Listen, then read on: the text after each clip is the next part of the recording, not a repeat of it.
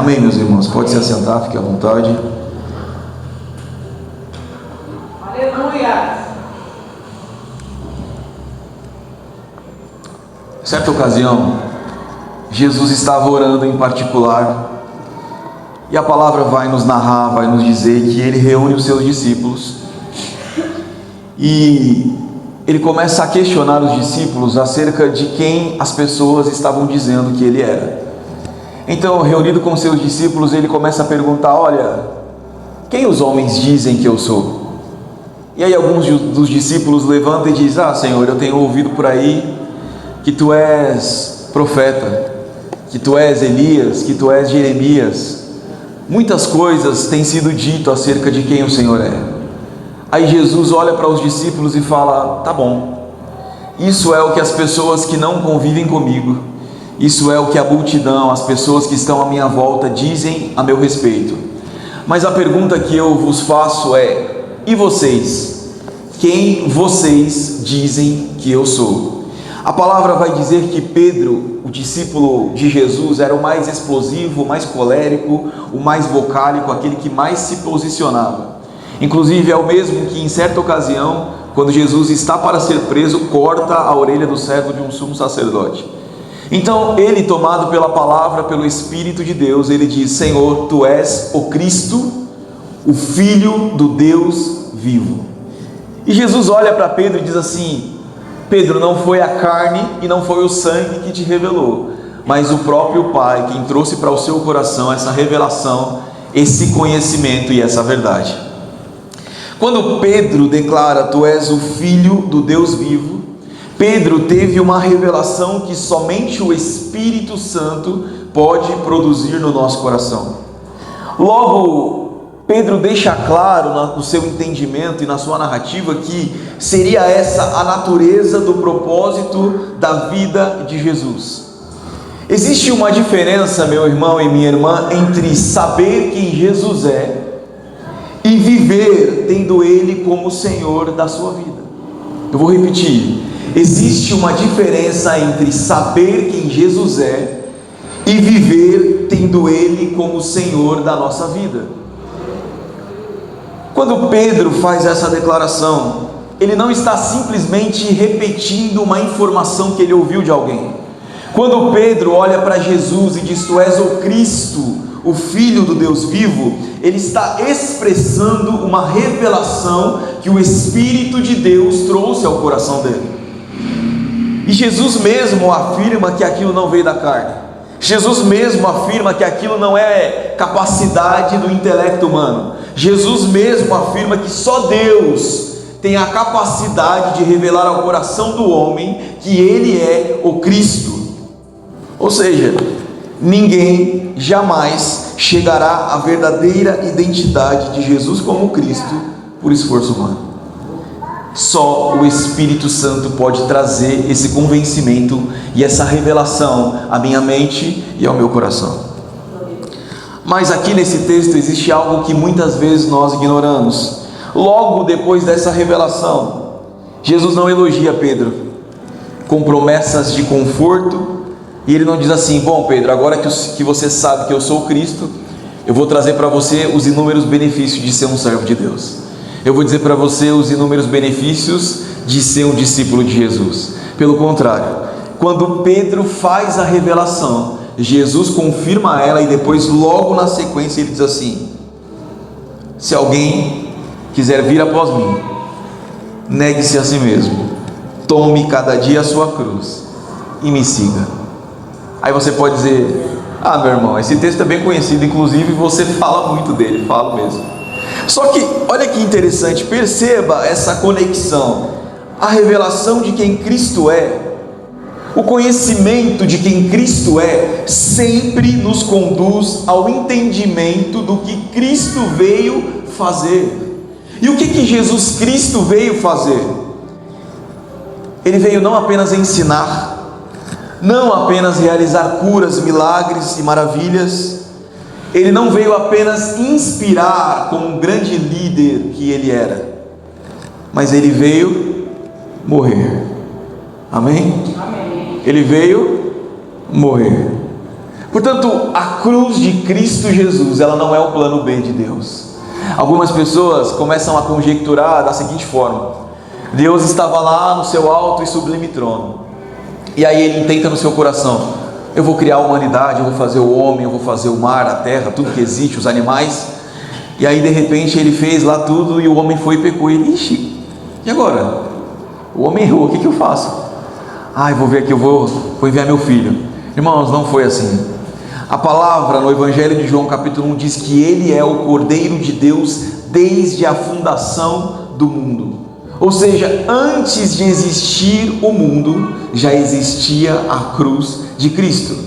É uma coisa complexa e confusa de entender, porque Deus está na eternidade e nós estamos no cronos, no tempo. Portanto, diante dos olhos de Deus passa passado, presente e futuro, como se tudo isso fosse de fato a mesma coisa. Então, quando Deus intenta no seu coração criar o homem, Ele já consegue ver a queda, e para a queda Ele já envia a redenção, a morte, o sacrifício de Jesus como pagamento pelo meu e pelo seu pecado. Portanto, a cruz não é o plano B de Deus, a cruz é a missão de Deus. Vocês estão comigo? E mais do que isso, a cruz não é apenas para Jesus, a cruz é para nós. Então é como se Jesus mostrasse para Pedro: olha, de fato eu sou o Cristo. Cristo significa aquele que se entrega, aquele que se submete, aquele que se sacrifica. Então quando Jesus revela a Pedro que é o Cristo, e na sequência Ele diz: se alguém quer vir após mim, Ele está dizendo: olha, eu sou aquele que vou dar a minha vida, e eu convido todo aquele que quer ser meu discípulo, meu seguidor, todo aquele que quer participar da minha vida. O meu convite é: negue-se a si mesmo, tome a sua cruz e siga. Porque não existe Cristo sem cruz, e não existe discipulado sem renúncia. Jesus é claro e objetivo: segui-lo não é apenas crer nele, segui-lo é morrer com ele. E aqui está a verdade que só o Espírito Santo pode produzir em nós. Nenhum ser humano naturalmente vai escolher morrer por Jesus. Ninguém por si só tem capacidade de entregar a vida por quem não merece. Ninguém olha para o noticiário, vê alguém cometendo atrocidades e diz assim: poxa, eu daria a minha vida por essa pessoa. Ninguém. Talvez você diga assim: eu dou a vida pelos meus filhos, eu dou a vida pelo meu esposo, pela minha esposa, eu sou capaz de entrar na frente de um revólver para salvar a vida deles. Aí a gente pega um dos maiores ladrões da atualidade, um dos maiores malfeitores, e eu digo: e por essa pessoa? Você tem coragem de se colocar na linha de uma bala por ele? Você vai dizer: tá maluco? Lógico que não, ele não merece. E Jesus está dizendo que esse entendimento, essa capacidade de dar a vida por quem não merece, só o Espírito de Deus pode produzir no nosso coração. Então perceba, porque quando eu amo e eu dou a vida por quem eu amo, isso não é sacrifício, isso é interesse. Mas amar quem não merece, isso é cruz, isso é evangelho, isso é Cristo em nós. E é exatamente por isso que Jesus diz: pois quem quer salvar a sua própria vida, a esse há de perdê-la. Talvez existisse uma expectativa no coração dos discípulos. Os discípulos esperavam um Cristo que resolvesse a vida de fora para dentro. Portanto, a expectativa de um discípulo que ainda não percebeu o significado da cruz é: eu quero uma solução que vem de fora para dentro. Então, antes de trabalhar o meu coração, o meu intelecto, as minhas emoções, a minha ira, transformar o meu ego, humilhar a minha vontade, quebrar todas as minhas expectativas, eu preciso ver as coisas acontecendo do lado de fora. Então, quando as coisas acontecem do lado de fora, eu começo a abrir o meu coração para que algo se modifique dentro. Essa era a expectativa do discípulo. Se ele é o Cristo, uma hora poderosamente ele há de se manifestar. E quando ele se manifestar, meu amigo, não vai ter nação, não vai ter império, não vai ter líder religioso, não vai ter inimigo, não vai ter ninguém que se mantenha de pé diante de nós. Essa era a expectativa. Só que quando a gente olha para o texto sagrado, a gente percebe: os discípulos queriam estabilidade, poder e uma glória visível. E o que Jesus oferece? Jesus revela um reino que começa de dentro para fora. Ai, meu Deus, de dentro para fora? Mas como assim, irmão? O que isso significa? O reino de Jesus é um choque de realidade das circunstâncias da nação, do mundo atual. Por quê? Como assim um choque? O choque deles foi: mas como assim? Ele é o Messias, ele é o prometido, os profetas falaram sobre ele. Como que ele está dizendo para a gente que ele vai para a cruz?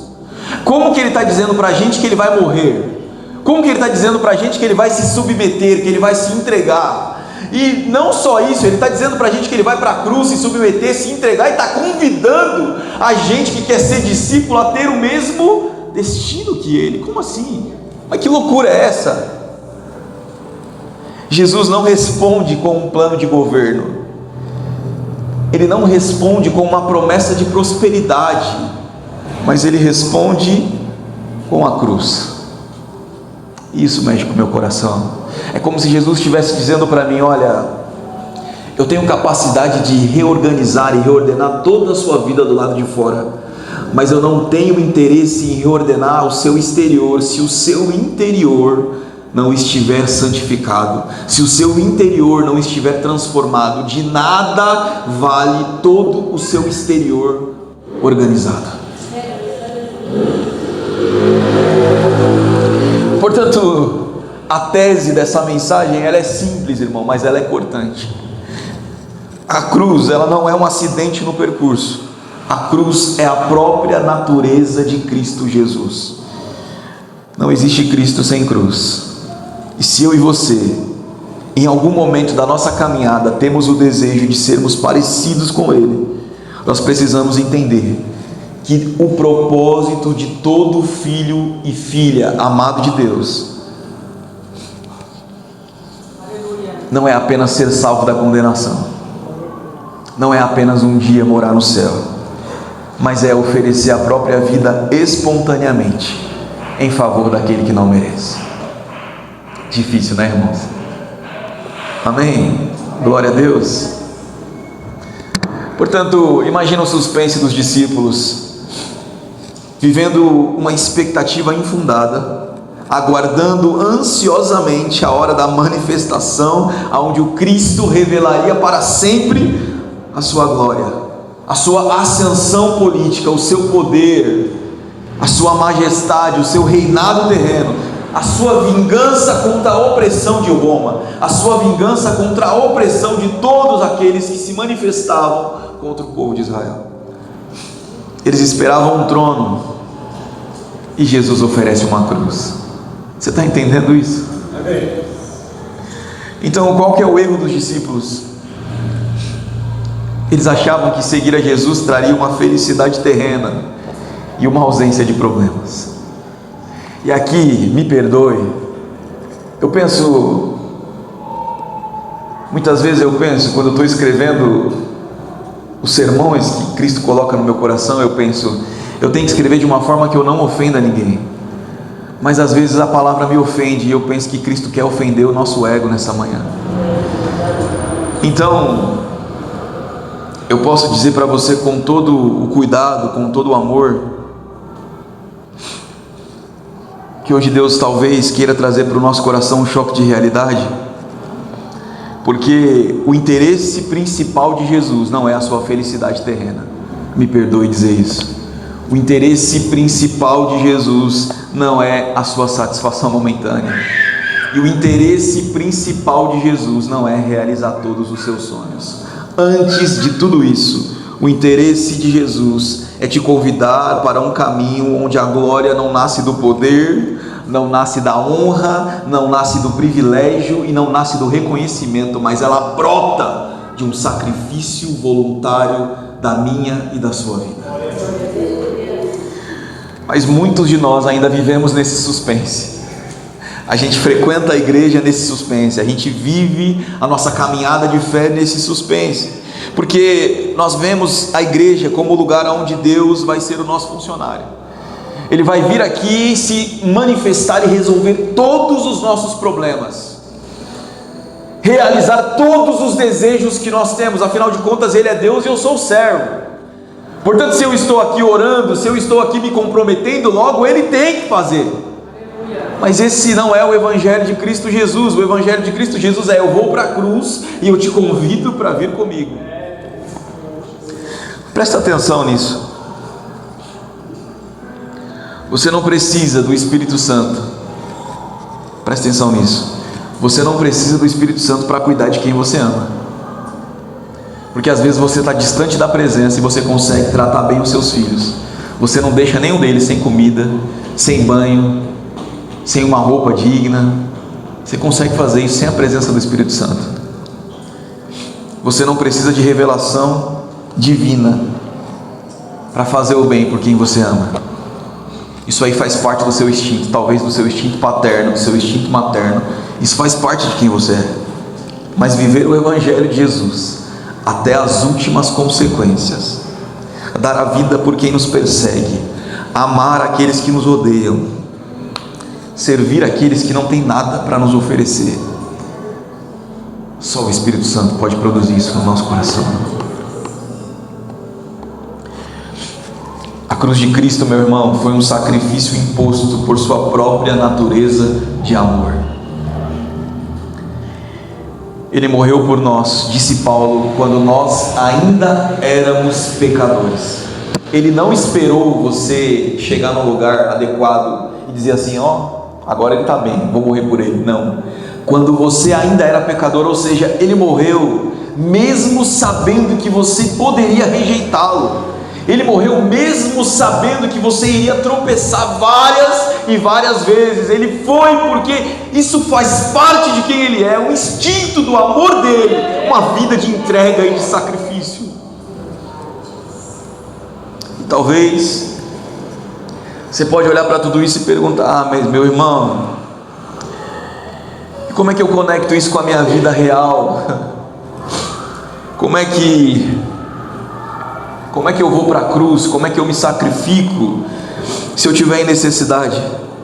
Como é que eu me sacrifico se eu estiver precisando de um milagre? Que é fácil falar para ir para a cruz, mas é difícil entender que às vezes a gente precisa de milagres. E eu não tenho nada contra milagre não, viu, irmão? Eu creio em milagres. Que às vezes eu sou questionado e as pessoas me perguntam: mas você não acredita em milagre? Não, eu creio. Creio com a minha vida, mas eu não creio que milagre é essencial.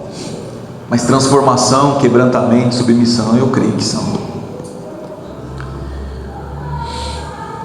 Mas eu quero dizer algo para o teu coração: a autonegação, ela é a cura das nossas ansiedades, é o fim das nossas carências.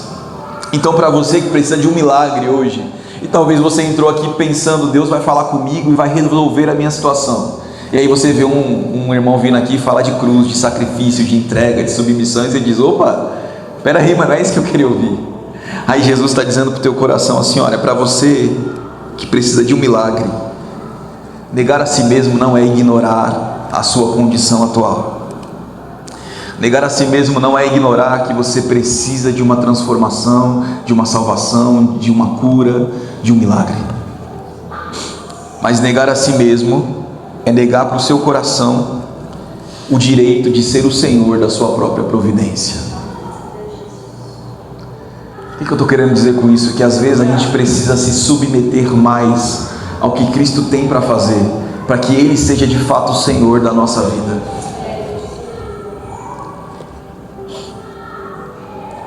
As nossas carências, meus irmãos, e as nossas expectativas todas as vezes nos escravizam.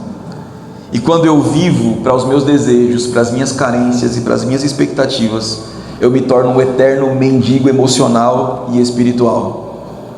Portanto, eu vou estar sempre acreditando que eu preciso de algo mais para ser satisfeito, completo, realizado, pleno e feliz. E qual que é a conexão que nós podemos fazer com a cruz de Cristo? Tomar a cruz. Ao tomar a cruz, eu estou declarando diante de Cristo e diante de todos: a minha vida não me pertence mais. Logo, até os meus problemas também não. Quando Jesus disse assim: olha, Buscar em primeiro lugar o reino de Deus e a sua justiça, porque todas essas coisas, contexto, ele está dizendo que as aves do céu se alimentam, que os lírios do campo têm a melhor vestimenta sem que ninguém as vista. Então ele está dizendo que toda a nossa necessidade vai ser suprida. Só que a cruz nos revela um lugar aonde nós não pertencemos mais a nós mesmos. Isso é uma loucura, porque é abrir mão de quem eu sou e abranger toda a minha humanidade. Então eu não tenho controle de nada. Por que eu vou criar expectativas? Por que eu vou me lançar na ansiedade se é Ele quem governa a minha vida? Ou se de fato deveria ser Ele quem governa a minha vida? Então, se a minha vida não me pertence, nada mais me pertence. Tudo é dele. Na prática, negar a si mesmo é transferir a responsabilidade da minha felicidade, do meu esforço, da minha fidelidade, tudo isso a Deus. É buscar primeiro o reino e a sua justiça. Então, para que você entenda melhor, a bênção, ela deixa de ser o objetivo final e ela passa a ser um subproduto de uma vida que descansa naquilo que Cristo prometeu e garante que estará feito. Para que você entenda, a cruz, irmãos, ela não anula a nossa vida. A cruz, ela redefine a fonte da nossa vida. Portanto, antes a minha alegria, ela vinha do que eu conquistava. Portanto, eu só vou estar feliz se eu tiver um carro melhor, uma casa maior, se o meu emprego for melhor, se eu tiver um cargo melhor. Tudo isso é bom, sim ou não? Mas isso não me define. Então, se antes eu me tornava feliz por aquilo que eu conquisto, se antes a minha paz só existia quando alguma coisa dava certo, se antes a minha identidade vinha daquilo que eu tenho, hoje não. Hoje eu tenho Cristo, hoje eu vou para a cruz. Então, depois da cruz, a minha alegria vem de pertencer à família de Cristo Jesus, de entender que fui amado e aceito por Ele, e eu me submeto à vontade dEle. A minha paz vem da confiança que o Espírito Santo produz no meu coração, de que Ele é imutável. E a minha verdadeira identidade não está naquilo que eu possuo, mas está em saber que, independente de quem eu sou, diante dos outros, perante Ele, eu continuo sendo um filho amado de Deus. Eu continuo trabalhando, eu continuo lutando, eu continuo correndo atrás. Eu levanto cedo e vou para o corre, essa é a vida. Corre do bom corre, tá, irmão? Corre de trabalhar. Não é o corre ruim não, misericórdia. Eu vou permanecer cuidando da minha família, eu vou permanecer correndo atrás, mas todo dia eu vou entender que tendo ou não tendo, isso não define se eu estarei realizado ou não. É por isso que nós vivemos esse ambiente como comunidade, como igreja, porque às vezes aquilo que te falta está no meu bolso. Olha só. Amém? Agora vamos trazer a cruz para o nosso cotidiano e eu encerro. Vocês estão comigo? Amém. O tomar a cruz, como eu disse, abrange todas as áreas da nossa vida, sim ou não? E como que você pode ser abençoado, cuidar da sua família usando a cruz? A cruz é o antídoto contra todo orgulho e egoísmo que destrói a nossa casa e os nossos lares. A realidade é, nós estamos sempre buscando milagres financeiros, mas nós estamos orgulhosos, ressentidos, sem capacidade de pedir perdão, sem capacidade de conversar, sem paciência. Quando nós tomamos a nossa cruz diariamente, nós estamos oferecendo a nossa vida espontaneamente para quem não merece. Então, o que isso significa? Significa que esse milagre de oferecer a vida não é simplesmente morrer porque ainda não foi salvo. Porque quando eu falo assim, olha, a gente tem que oferecer a vida para quem não merece, a primeira coisa que a gente pensa foi os exemplos que eu citei no início da mensagem. Só pessoas más que não merecem. Só que às vezes esse choque de realidade abrange a nossa casa, o nosso teto, a nossa família.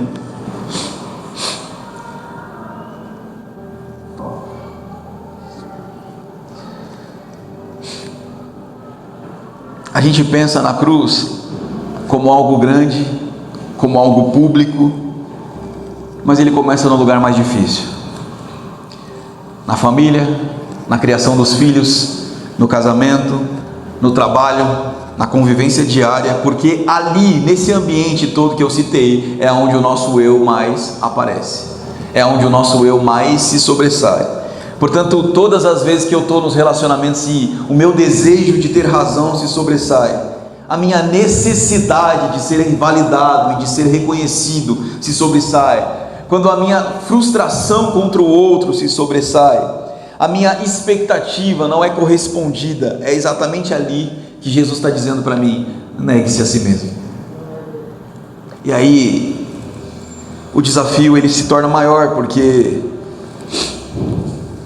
é quando você escolhe, por exemplo, não vencer uma discussão, mesmo sabendo que você tem razão. É quando você decide preservar o seu relacionamento. É quando você decide ouvir mesmo achando que você está certo. É quando você tenta parar de moldar o outro à sua imagem. É quando você concede o perdão mesmo achando que a pessoa não merece ser perdoada. E o pior de tudo é quando você abre mão de achar que o outro tem que ser tudo o que você desejava. E aqui, nos relacionamentos, essa é a parte que mais abrange, porque a gente está sempre orando para que Deus nos dê a esposa que a gente merece, os filhos que a gente merece, o marido que a gente merece. A gente não pede para Deus para que a gente se torne, a gente pede para que o outro seja. E quando a palavra diz negue-se a si mesmo, está dizendo abra mão do direito de ter razão e peça antes de tudo para que você seja a pessoa que ela precisa. Olha que desafio, irmãos. Então, essa conexão com a cruz, ela abrange a nossa salvação, mas ela transforma o nosso cotidiano, porque só a revelação do Espírito Santo na nossa mente e nosso coração pode nos colocar nesse lugar de sermos parecidos com Jesus. Portanto, você pode dizer: ah, meu irmão, será que isso aí tem a ver? Tem a ver. Porque muitas crises conjugais, por exemplo, no relacionamento, no casamento, não são por falta de amor, mas são por excesso de erro. Eu quero ter razão, eu quero ter direito, eu quero estar certo. E aí, conflitos atrás de conflitos. Na hora da escassez, a gente pode dizer assim: Senhor, a minha felicidade não depende do que eu conquisto, mas ela depende de quem eu pertenço, e eu pertenço a Ti. E o Senhor já garantiu para o meu coração que tudo está feito. Então a verdadeira bênção não é ter apenas bens, é ter a paz de quem já morreu para este mundo e por isso consegue suportar tudo, mesmo que tudo lhe seja tirado. Eu não estou pregando apologia à pobreza, mas eu estou pregando o que o Evangelho nos diz, que é abrir mão de nós mesmos para sermos parecidos com Ele, e todo o resto Ele nos acrescenta. Jesus não romantiza, irmãos. A cruz não é um símbolo, amém? A cruz é um instrumento de morte, de vergonha, de entrega, de sacrifício. E o que precisa morrer hoje? O nosso orgulho, o nosso ego, a nossa necessidade de controlar as coisas, a nossa obsessão por ter razão, por estar certo o tempo todo, por provar que a gente está certo. E em último lugar, o que tem que morrer é a nossa expectativa de que o outro existe para nos satisfazer.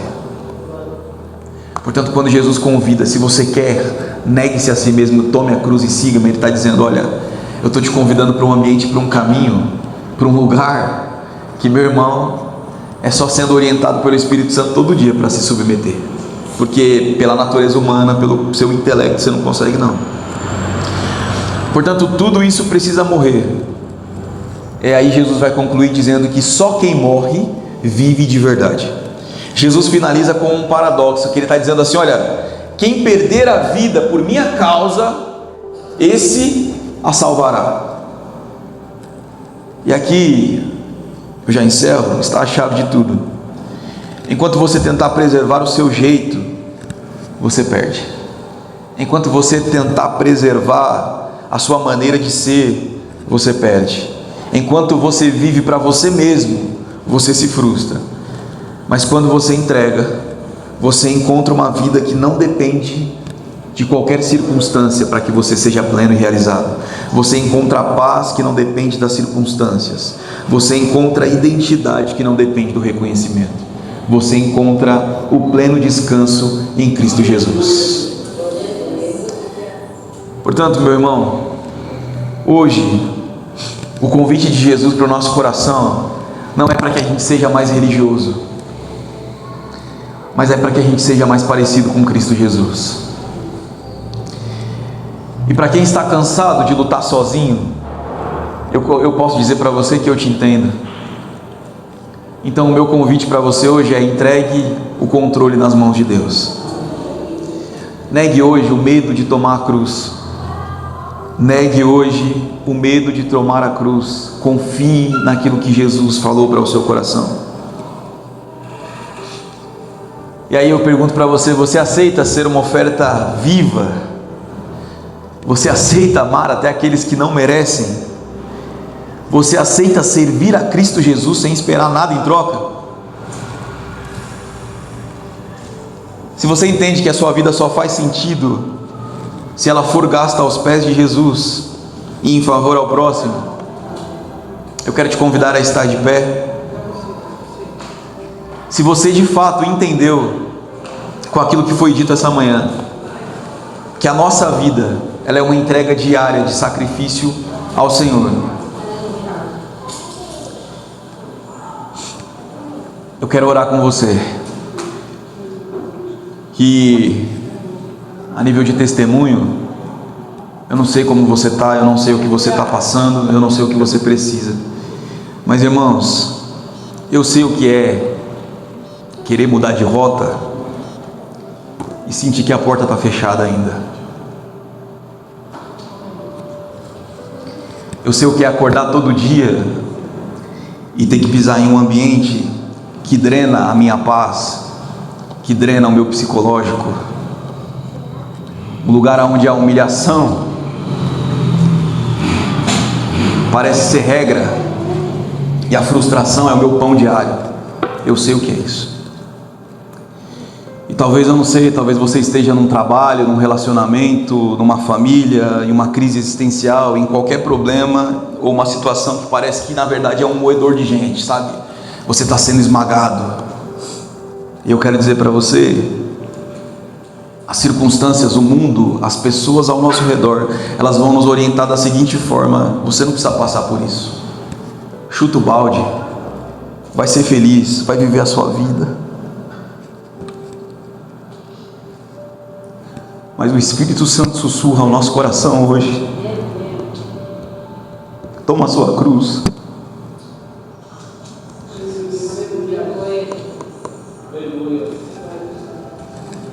É nesse ambiente, nessa situação, nesse contexto,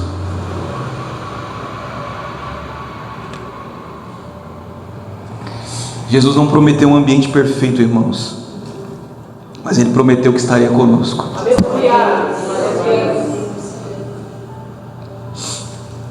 E vamos colocar isso hoje diante do altar, porque se a cruz é a nossa natureza, então o nosso brilho vai ser sempre maior do que qualquer treva. Senhor, eu te agradeço, Pai, eu te glorifico por esta palavra, por este momento, e o meu desejo é que o Teu Espírito Santo possa confirmar no nosso coração essa verdade, Pai.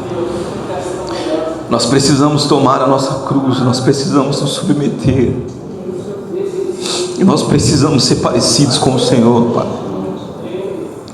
Jesus, se o Senhor não estiver conosco, se o Teu Espírito Santo não nos capacitar, se o Teu Espírito não nos instruir, não nos orientar, Senhor, nós não chegaremos a lugar algum.